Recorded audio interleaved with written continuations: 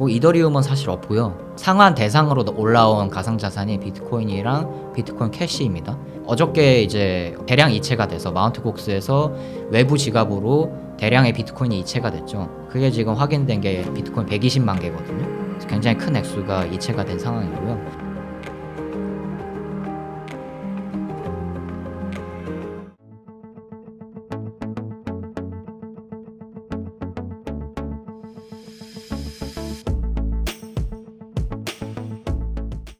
네. 저는 디지털 에셋이라는 블록체인 전문 미디어에서 지금 기자로 일하고 있습니다. 저희 이제 디지털 에셋은 2022년에 이제 설립됐고 이제 3년 차에 이제 접어들었는데 여러 가지 지금 블록체인에 관련한 모든 소식들 이제 취재를 해서 뉴스를 내고 있으니까 많은 분들 관심 가져주시면 감사하겠습니다.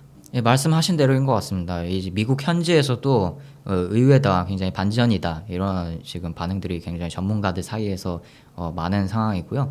이제 그 이유를 짚어보면은 사실 비트코인 ETF 같은 경우에는 승인 전부터 승인될 가능성이 높다라는 얘기가 승인 몇 달 전부터 계속 나왔었거든요. 물론 이제 뭐 2022년 이 정도까지만 해도 비트코인 ETF도 쉽지 않을 거다라는 전망이 나왔지만 뭐 2023년 후반기 들어서 뭐 블랙록이 뭐 ETF 비트코인 ETF 신청하고 그리고 승인 몇 달 전부터 미국 증권거래위원회 SEC가 이 비트코인 현물 ETF를 신청한 자산운용사들하고 협의를 지속적으로 하면서 이제 협의를 지속적으로 하는 걸 보니까 비트코인 현물 ETF가 승인되겠구나라는 반응이 많았었거든요. 근데 이더리움 현물 ETF 같은 경우에는 비트코인하고는 좀 다른 점들이 몇 가지 있어서 전문가분들이 승인 직전까지만 해도 승인 가능성을 높게 보이지 않았습니다. 그래서 그 몇 가지를 좀 짚어보자면 첫 번째는 비트코인과 달리 이더리움은 증권성 논란이 있었거든요.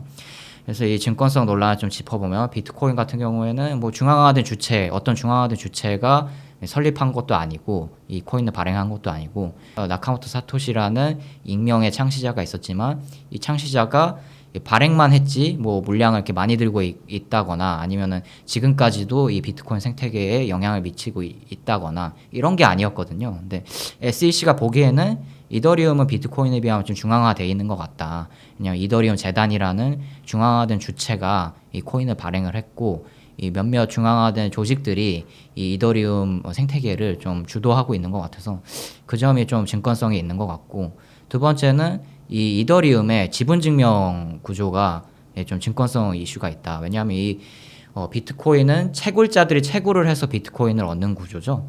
근데 이더리움 같은 경우에는 이더리움 코인의 지분을 통해서 그 지분을 통해서 블록을 증명하고 이더리움 보상을 받는 구조이기 때문에 요거는 약간 은행 예치하면 이자 얻는 구조랑 비슷하지 않냐. 그럼 이제 증권으로 볼 가능성이 있다.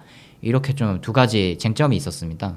이더리움은 당장 현물 ETF가 통과되기 어렵지 않겠냐라는 얘기가 있었는데 결국에는 통과가 됐죠. 그래서 이제 전문가들이 이제 다시 생각을 해본 거는 이렇게 급작스럽게 이더리움 현물 ETF가 승인된 이유는 뭐냐라고 봤을 때 아무래도 좀 정치적인 이유가 큰 것 같다라는 반응이 지금 지배적이거든요. 그래서 이 정치적인 이유라는 건 뭐냐? 이제 올해 11월이면 미국 대선이 시작되거든요. 근데 이제 대선을 위해서는 이 대선 후보자들이 지지층을 결집을 해야겠죠. 근데 이제 미국에서도 물론 이제 우리 한국에서도 이 많은 가상자산 투자자분들이 있지만 미국에도 많은 가상자산 투자자분들이 계시거든요. 근데 그분들이 대부분 젊은 층이고 뭐 이제 여러 외신 보도들에 따르면 미국 현지에서는 젊은 층들이 가상자산 투자를 굉장히 많이 한다고 합니다. 그래서 이 젊은 층들의 지지를 받을 필요가 있는데 이제 집권 여당이 미국에서는 민주당이죠. 근데 민주당 입장에서는 이 젊은 층의 표를 좀 결집시켜야 될 필요성이 있다. 그래서 그 해결책을 하나 내놓은 게 이더리움 ETF, 현물 ETF를 승인한 거다라는 반응이 좀 나오고 있습니다. 장기적으로 봤을 때는 바뀔 가능성이 있다고 보는데요. 단기적으로 봤을 때는 좀 어려울 것 같다는 생각이 드는 게 사실 미국의 ETF 시장 규모와 홍콩 ETF 시장 규모가 비교가 안 되거든요. 그래서 미국 ETF 시장이 전 세계 ETF 시장을 주도하는 입장이지 홍콩 ETF 시장이 미국 ETF 시장을 주도하는 건 아니거든요. 그래서 홍콩이 뭐 비트코인 이더리움 ETF 지금 출시를 했죠. 현물 ETF. 근데 이제 홍콩이 향후에 또 다른 알트코인 ETF를 출시한다고 해도 미국이 뭐 홍콩 눈치를 보면서 이렇게 다른 알트코인 ETF를 승인하거나 혹은 이더리움 현물 ETF에 스테이킹 조항을 넣어도 괜찮다거나 뭐 이렇게 볼 가능성 낮을 것 같거든요. 다만 이제 장기적으로 봤을 때는 대부분의 좀 알트코인들이 스테이킹을 많이 하거든요. 스테이킹 서비스를 많이 하는데 이 자산운용사들 입장에서는 점점 이 스테이킹에 대한 투자자 수요가 늘어날 거란 말이에요. 그러면 결국에는 계속해서 스테이킹 관련한 서비스 요청을 할 수밖에 없고, 그럼 이제 SEC 같은 감독기관들도 절충안을 찾아야 될 수밖에 없거든요. 그래서 장기적으로 봤을 때는 이더리움 현물 ETF, 스테이킹 조항이 추가된 이더리움 현물 ETF가 승인될 수 있다. 하지만 지금은 좀 시기상조인 것 같습니다. 네, 당연히 이미 뭐 결과로 드러난 게 얼마 전에 이더리움 현물 ETF SEC가 승인을 했을 때 비트코인도 실제로 덩달아 올랐거든요. 물론 이더리움 현물 ETF가 승인된 것이기 때문에 이더리움 코인이 훨씬 더 상승률이 크긴 했지만 비트코인도 같은 시점에 맞춰서 상승하는 모습을 보였고요. 이것만 봐도 이제 알 수 있는 게 이더리움 현물 ETF 승인이라는 이슈 자체가 가상자산 시장에서 굉장히 큰 호재로 받아들여지고 있고, 그리고 가상자산 시장의 대표격인 비트코인도 당연히 그 영향을 덩달아 받을 수밖에 없는 거죠. 네, 그런 상황인 것 같습니다. 사실은 단기적으로 봤을 때는 비트코인에 굉장히 좋은 것 같아요. 이더리움 현물 ETF가 완전히 승인된다면요. 예, 근데 장기적으로 봤을 때는 이더리움 현물 ETF가 승인된다는 것은 다른 알트코인들한테 더 좋은 일인 것 같습니다. 오히려 비트코인보다 더 크게 긍정적인 영향을 받을 것 같고요. 그 이유는 이제 이더리움 현물 ETF가 승인됐다는 거는 우리 비트코인을 제외한 모든 코인을 알트코인이라고 하잖아요. 거기에는 당연히 이더리움도 포함되는 거고요. 근데 이더리움 현물 ETF가 승인됐다는 것은 이 미국에서 최초로 알트코인 현물 ETF가 승인됐다는 거거든요. 그 이야기는 다른 알트코인의 현물 ETF도 승인되는 길이 열렸다라고 볼 수 있는 거거든요. 이 의미 자체가 굉장히 큰 의미라고 생각하고요. 그래서 이더리움 현물 ETF 승인이 다른 알트코인들한테 굉장히 큰 긍정적인 영향을 줄 것이라고 봅니다. 네. 그거는 좀 시기상조인 것 같은 게요. 여전히 SEC의 지배적인 입장은 비트코인에 비해서 이더리움은 증권성이 있을 수 있다라고 보는 입장이고요. 이 입장이 아직까지 바뀌지 않았고요. 그리고 게리 겐슬러 SEC 위원장이 지난 1월에 미국에서 비트코인 현물 ETF가 승인됐을 때 성명서를 냈어요.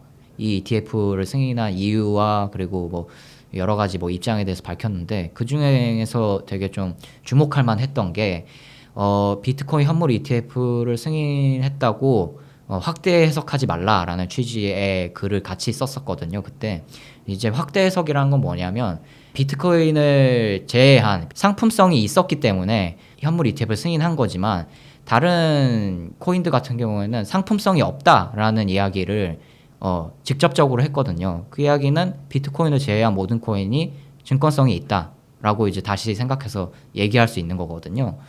그래서 그 입장이 그 후로 SEC에서 특별히 뭐 공식 성명으로 나온 게 없어요. 입장 변화가 나타난 게 없어요. 그렇기 때문에 증권성 논란은 여전히 달고 갈 것 같고요. 그럼에도 불구하고 다시 돌아와서 이더리움 현물 ETF가 그럼 갑자기 승인된 이유는 뭐냐라고 생각해 봤을 때 역시나 뭐 외국에 있는 미국 현지에 있는 전문가분들이 말씀하시는 것처럼 정치적인 이슈가 지금으로서는 크지 않나라고 생각이 됩니다. 뭐 이더리움은 사실 없고요. 비트코인 캐시 같은 경우는 지금 상환 대상으로 올라온 가상자산이 비트코인이랑 비트코인 캐시입니다. 근데 어저께 이제 대량 이체가 돼서 마운트 곡스에서 외부 지갑으로 대량의 비트코인이 이체가 됐죠. 그게 지금 확인된 게 비트코인 120만 개거든요. 굉장히 큰 액수가 이체가 된 상황이고요. 통상 우리 가상자산 시장에서 비트코인이 대량 이체가 됐다라고 했을 때 그거를 매도 신호로 보는 경우가 많거든요. 그래서 어저께 마운트 곡스가 비트코인 대량 이체했을 때 이거는 마운트 곡스가 지금 상환 절차 밟으려고 매도하기 위한 준비를 하는 게 아니냐, 비트코인을, 이런 얘기가 확산이 되면서 비트코인이 실제로 어저께 하락을 했었죠. 네, 그래서 그런 상황이고 지금은 이 상한 절차를 밟기 위해서 비트코인을 일단은 옮긴 걸로 알고 있고 매도는 하지 않은 것이라고 공식 성명이 나온 상태입니다. 대부분의 물량이 미국으로 넘어간다고 볼 수 있을 것 같은 게 대부분의 이용자들이 미국 이용자들인 걸로 알고 있고요. 이제 마운트 곡스 2014년 파산 당시에요. 물론 이제 본사는 일본에 있지만 많은 이제 영미권 투자자분들이 많이 마운트 곡스에 가입을 했던 걸로 지금 알려져 있고요. 그리고 이 상한 절차 같은 경우에는 그 이제 해킹 피해를 입은 이용자분들이 두 가지 방식을 선택할 수 있습니다. 첫 번째는 비트코인이나 비트코인 캐시로 직접 수령을 할 수 있는 겁니다. 그래서 이 직접 수령을 받으면은 이 이용자가 받은 코인을 뭐 가상자산 시장 거래소에 매도를 해도 되고 계속 보유하고 있어도 되고 그런 방식이 하나 있고요. 두 번째는 이 파산 관리자 측에서 비트코인이나 비트코인 캐시를 팔아준 다음에 현금화한 다음에 그 법정 화폐를 이용자분들한테 돌려주는 그런 방식이 있습니다. 그래서 두 가지 방식이 있고 시장이 지금 우려하고 있는 거는 그냥 뭐 코인으로 이용자분들한테 보상을 해주면은 그거는 이제 뭐 언제 팔지 알 수 없는 거잖아요. 각 개인별로 이제 매도 시기가 다를 것이기 때문에 그거는 이제 상대적으로 큰 이슈가 아닌데 시장이 가장 크게 우려하고 있는 것은 이 지금 법정화폐로 현금화를 원하는 이용자분들 같은 경우에는 파산 관리자 측이 한꺼번에 이 물량을 현금화를 해서 돌려주는 게 아니냐라는 그 우려 때문에 하락을 한 거거든요. 근데 제가 앞서 말씀드렸던 것처럼 파산 관리인 측에서 공식 성명서를 냈는데 실제로 뭐 현금화를 하는 수령 방식도 있긴 한데 아직까지는 현금화를 진행한 게 없다. 앞으로 이제 차근차근 상한 절차를 밟을 예정이고 그때 이제 상황이 업데이트가 되면은 알려드리겠다라는 취지의 성명서를 낸 상태거든요. 그래서 오늘 이제 소식이 나오고 있는 거는 생각보다 이 어저께 마운트 곡스 대량 이체로 비트코인 가격이 크게 하락할 확률은 낮은 것 같다라는 게 지금 지배적인 의견인 상황입니다. 완전히 차별적이지는 않을 것 같은 게 일단 뭐 이더리움도 어쩔 수 없는 알트코인이기 때문에 비트코인에 영향을 받을 수밖에 없고요. 그리고 비트코인이 만약에 크게 하락한다면은 이더리움도 확률적으로 봤을 때 크게 오르기 어렵겠죠. 물론 다만 이제 한 가지 좀 따로 놓고 봐야 될 거는 이더리움 현물 ETF가 지금 승인된 건 맞거든요. 근데 이제 승인 시기가 결정이 안 난 상태예요.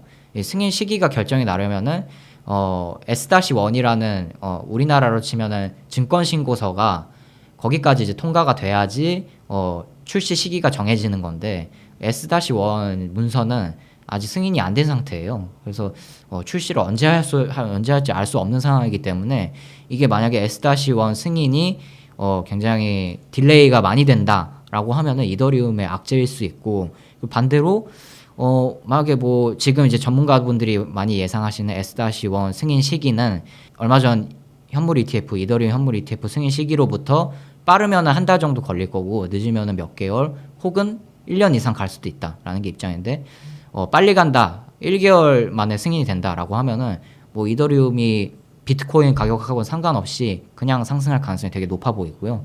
만약에 S-1 승인이 딜레이가 많이 된다라고 하면은 비트코인 가격이 하락할 때 오히려 하락폭이 더 클 수도 있겠죠, 이더리움이. 약간 좀 그렇게 보시면 될 것 같습니다. 그것도 마찬가지로 장기적으로 봤을 때는 좀 긍정적인데요. 단기적으로 봤을 때는 약간 확률이 낮은 것 같습니다. 그 이유는 앞서도 설명드렸던 것 같은데요. 이더리움도 지금 증권성 논란이 완전히 해소가 되지 않은 상황이거든요. 그래서 지금 예를 들어서 S-1 승인이 딜레이가 많이 된다고 했을 때 그 이유 중 하나로 거론될 수 있는 거는 증권성 논란이 해소가 되지 않았다거든요. 그래서 이게 만약에 S-1 승인이 늦어지면은 다른 알트코인들의 현물 ETF 가능성도 굉장히 낮아지는 거라고 볼 수 있거든요. 그리고 만약에 이더리움 현물 ETF가 좀 빨리 승인됐다, S-1까지 빨리 승인이 됐다라고 하더라도 다른 알트코인 같은 경우에는 이더리움에 비해서 상대적으로 역사가 짧고 그리고 오히려 더 중화됐다라는 이슈들도 굉장히 좀 많은 상황이라서 아무래도 SEC가 좀 더 다른 알트코인에 대해서 면밀하게 검토하지 않을까라는 생각이 좀 있기 때문에 아무래도 당분간 다른 알트코인 ETF, 현물 ETF가 승인될 가능성이 낮아 보인다. 그리고 실제로 JP모건 같은 경우에도 최근에 같은 취지의 보고서를 내서 솔라나나 리플 같은 주요 알트코인 ETF들이 당분간 승인될 가능성이 낮아 보인다라는 보고서를 냈었거든요. 그래서 그런 것도 좀 참고로 같이 하시면 좋을 것 같습니다. 일단 처음에 승인 났다라고 한 뉴스에 대한 기대감은 이미 일주일 전에 승인이 났을 때 반영이 된 것 같고요. 이제 그 다음이 어떠냐에 따라서 지금 투자해 마라가 결정될 것 같은데요. 일단은 전문가들이 예상하는 것처럼 최소 한 달은 걸릴 걸로 보인다. S-1 승인에. 그 이야기는 이제 한 2, 3주 정도 동안 앞으로 이 지금 촬영 시점 기준으로 최소 2, 3주 동안은 ETF 관련한 소식이 소강 상태일 가능성이 높다. 그러면 이제 섣불리 투자할 필요는 없을 가능성이 높다라는 생각을 일단 해볼 수 있죠. 그래서 뭐 여유롭게 한 하반기부터 투자하시면 좋지 않을까라는 생각을 저는 개인적으로 갖고 있고요. 그리고 이제 둘째로는 이더리움 이슈하고 관계없이 거시경제 이슈가 있는데 거시경제 이슈 자체도 지금 금리 인하 시기가 빨라도 하반기다라는 게 지금 지배적인 견해라서 최근에 모두가 이제 아시겠지만 가상자산 시장 자체가 이 거시경제 영향을 굉장히 크게 받고 있잖아요. 그래서 이더리움도 예외가 아니라서 이 거시경제 상황도 함께 봤을 때 하반기 투자가 좀 적합하지 않나라고 보고 있습니다.